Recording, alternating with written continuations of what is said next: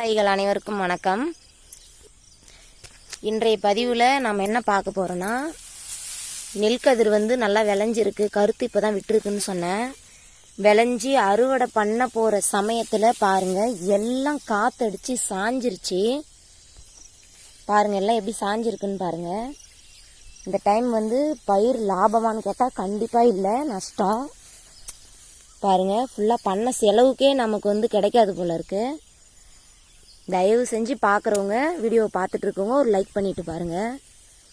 யாரெல்லாம் விவசாயியோ அவங்களாம் இந்த தடவை உங்களுக்கு நஷ்டமா லாபமான்ட்டு கமெண்ட்டில் சொல்லுங்கள்.